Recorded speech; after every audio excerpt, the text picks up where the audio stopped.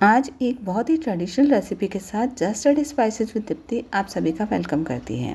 ये रेसिपी है सातू की, जिसे 3 तरह से बनाया जाता है, चने, गेहूं और चावल। तो आज की रेसिपी है चावल के सातू की।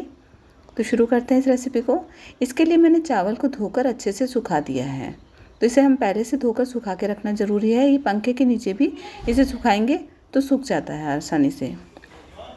तो आज मैंने इसके लिए बासमती कढ़ी यूज़ की है। आप चाहें तो साबुत चावल भी ले सकते हैं। अब इसे कढ़ाई में डाला है। कढ़ाई हमारी मोटे पैंधे की होनी चाहिए। अब इसे हमें अच्छे से सेकना ज़रूरी है। तो गैस की आंच को बिल्कुल सिम रखना है और कम से कम 10 से 15 मिनट लगेंगे इसे सेकने के लिए। तो अभी मैं दिखाती हूँ कि मैंने कैसा कलर लिया था चावल का, और देखिए इस कलर तक हमें सेकना है। देखिए जब चावल लिए थे वो इस कलर के थे और सेकने के बाद इस कलर के हो गए हैं। बस इससे ज़्यादा बिल्कुल नहीं सेकना है, वरना सातू का कलर चेंज हो जाएगा। अभी इसका कच्चापन पूरा निकल चुका है और टेस्ट बिल्कुल अच्छा आएगा। अब हम इसे किसी बड़ी प्लेट में निकाल देंगे, गैस की आंच को बंद कर देंगे और इसे पूरी तरह से ठंडा होने के बाद ही हमें पीसना है।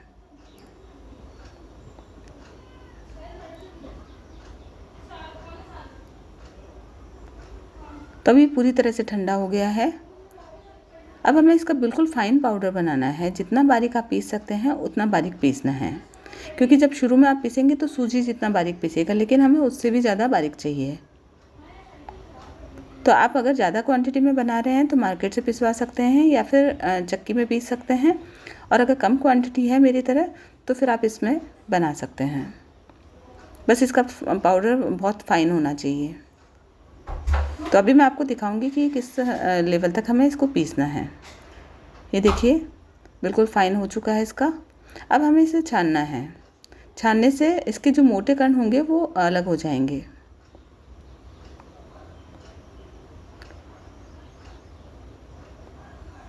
राजस्थान के अंदर यह व्रत के अंदर बनाया जाता है, लेकिन जो लोग व्रत नहीं करते हैं वो भी इस रेसिपी को बना सकते हैं। और शेप है जो पूजा के हिसाब से हम लोग बनाते हैं, तो इसकी शेप कुछ ऐसी ही रहती है जो आगे दिखाऊंगी मैं। अब इसके लिए जो चीनी चाहिए वो जितने भी हम चावल लेते हैं उसकी आधी क्वांटिटी की लेते हैं।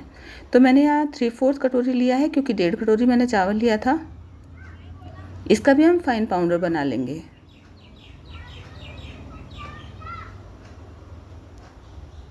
तो अब सभी सामान रेडी है सातू बनाने के लिए। तो मैंने ये 1.5 कटोरी चावल लिया था, जिसे मैंने छान लिया है, तो वो मैंने डाल लिया है। इसके साथ ही जो चीनी पीसी थी, देखिए बिल्कुल फाइन पाउडर बना हुआ है। अब इस चीनी को भी डाल लेंगे।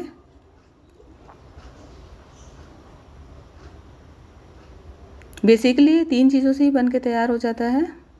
इसमें जो ट्रेडिशनल रेसिपी है उसमें हम ड्राई फ्रूट्स नहीं डालते हैं, लेकिन यहाँ पे मैं सजेस्ट करूँगी कि आप लोग ज़रूर से इसमें डालिएगा। बादाम, काजू, किशमिश और पिस्ता मैंने डाले हैं बिल्कुल बारीक चॉप करके। तो जो भी आप डालना चाहें इसमें डाल सकते हैं बिल्कुल बारीक चॉप करके। इससे इसका टेस्ट खाते समय बहुत ज़्यादा अच्छा आता है। तो ज़रूर से डालिएगा, 1-1, 2-2 चम्मच हमें डालने हैं। अब इन सबको अच्छे से हम मिक्स कर लेंगे। साथ ही मैंने यहाँ 1/4 चम्मच इलायची पाउडर डाला है।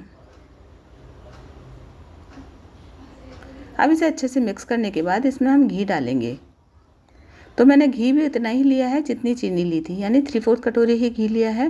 तो एक बार में हम सारा नहीं डालेंगे, पहले हम आधे से ज़्यादा डाल के देखेंगे कि ये इसकी बाइंडिंग हो रही है या नहीं।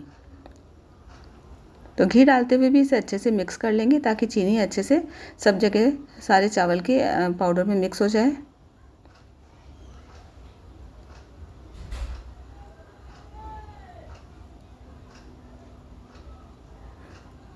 ये देखिए घी डालने के बाद इसकी बाइंडिंग अच्छे से आ रही है। अब इसमें थोड़ा सा और डालेंगे, और ये जो घी बचा हुआ है अब हमें इसकी और ज़रूरत नहीं है। तो सारा घी एक बार में नहीं डालना है। अब इससे इसकी अच्छे से बाइंडिंग आ जाएगी। इससे बाइंडिंग बिल्कुल भी नहीं निकलेगी। अब जो सातू बनाए जाते थे उनकी शेप कुछ इस तरह से होती थी। जैसा कि मैंने बताया कि अगर जो लोग व्रत नहीं कर रहे हैं वो लड्डू की फॉर्म में भी बना के इसे खा सकते हैं, या फिर कोई और तरीके से शेप में भी बना के खा सकते हैं। लेकिन जो सातू बनते हैं ट्रेडिशनली, जैसे मेरी नानी, मम्मी, मामियाँ, मासी सब मिलके बनाया करते थे, वो कुछ इस तरीके से होते थे। और इन्हें शेप करते समय इस ढंग से पीटा जाता है ताकि इसका घी रिलीज होता है और हाथों की गर्मी से चीनी जब मेल्ट होती है तो वो इससे बाइंडिंग का काम करती है, तो ये अच्छे से बाइंड हो जाते हैं। और जैसे जैसे हम इसे इस ढंग से प्रेस करते हैं, हाथ से दबा दबा के पीटते हैं, तो फिर इनका घी रिलीज होता है। तो ये सातु बड़े सातु के अंदर आते थे जो इस ढंग से दिए जाते थे। अब पूजा के लिए एक छोटा सातु इस ढंग से बनाया जाता था, वो एक ही बनता था और उसे बटरी कहा जाता है, जो आज भी बनाया जाता है। जो लोग पूजा करते हैं वो इस बात को अच्छे से जानते होंगे।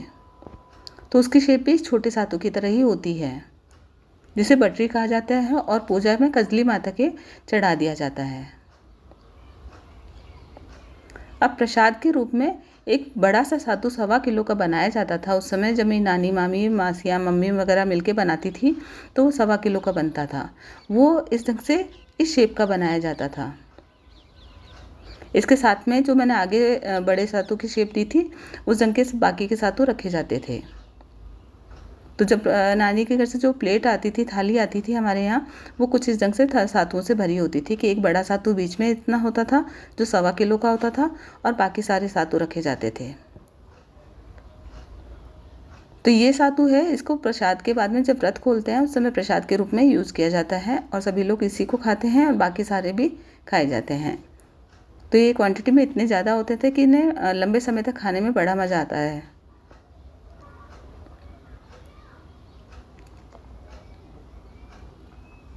तो जब इस ढंग से इसकी शेप आ जाती है तो इसे इस ढंग से मूव होने लगेगा ये। अभी हमें उठा के उस प्लेट में रखना है जिस प्लेट में हमें इसे भेजना होता है। जैसे मायके से भेजा जाता है तो एक अच्छी सी प्लेट में इसे डेकोरेट करके भेजा जाता है।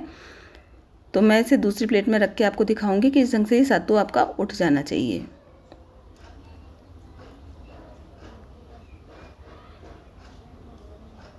ये देखिए अभी मूव हो रहा है इस ढंग से। अब इसे दूसरी प्लेट में मैं शिफ्ट कर रही हूँ।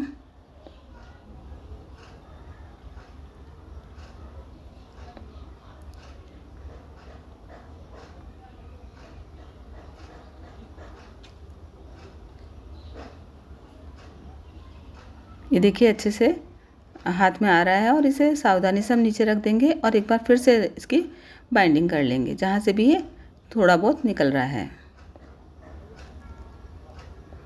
बेसिकली सातु बन के हमारा तैयार है, लेकिन अभी इस ढंग से इसे सर्व नहीं किया जाता था। जब भेजा जाता है, हम किसी को भी हम देते हैं गिफ्ट के रूप में, बेटियों के मायके से जब भेजा जाता है तो वो कुछ अच्छे से सजा हुआ होता है। तो आज मैं उसी तरीके से आपको सजा के दिखा रही हूँ।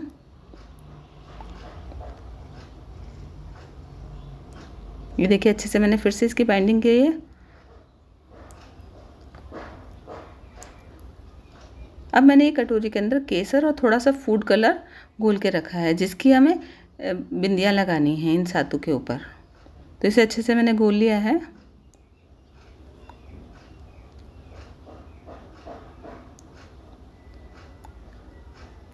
इसके साथ ही इसके डेकोरेट करने के लिए मैंने चांदी का वर्क लिया है। ये लगाना बिल्कुल ऑप्शनल है। जैसा कि मैंने बताया कि हमारा सातु बन के बिल्कुल रेडी हो चुका है, लेकिन डेकोरेट करने के लिए इस ढंग से इसे सजाया जाता है। तो मैंने ऊपर चांदी का वर्क लगाया है कुछ इस तरीके से।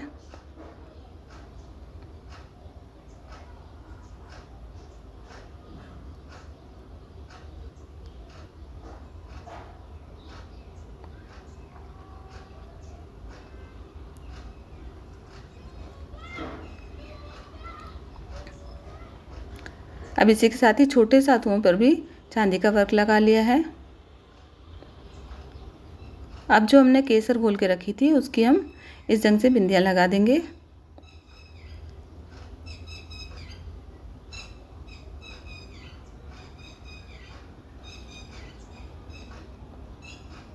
राजस्थान में पर्व बहुत ज़्यादा धूमधाम से मनाया जाता है, बड़ी तीज भी और छोटी तीज भी।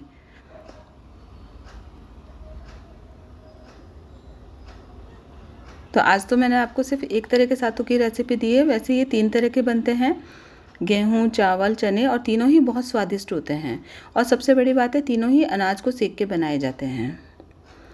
तो अब मैंने यहाँ पे नीचे की तरफ बादाम को आधा आधा कट करके इस ढंग से मैंने इसको गार्निश किया है। देखिए कुछ इस तरीके से इसके सब तरफ बादाम लगा दिए हैं। तो ये बिल्कुल ऑप्शनल है, बस इस ढंग से मैं आपको दिखा रही हूँ कि किस ढंग से सत्तू भेजा जाता है। जब मायके से इस ढंग से आता है तो देखने में भी सुंदर लगता है और भेजने वाले को भी बहुत अच्छा लगता है। तो हमारे सत्तू बनके बिल्कुल तैयार हैं। तो खाने में भी बहुत ज़्यादा स्वादिष्ट है, आप भी इसे बनाइए। Thanks for watching my channel.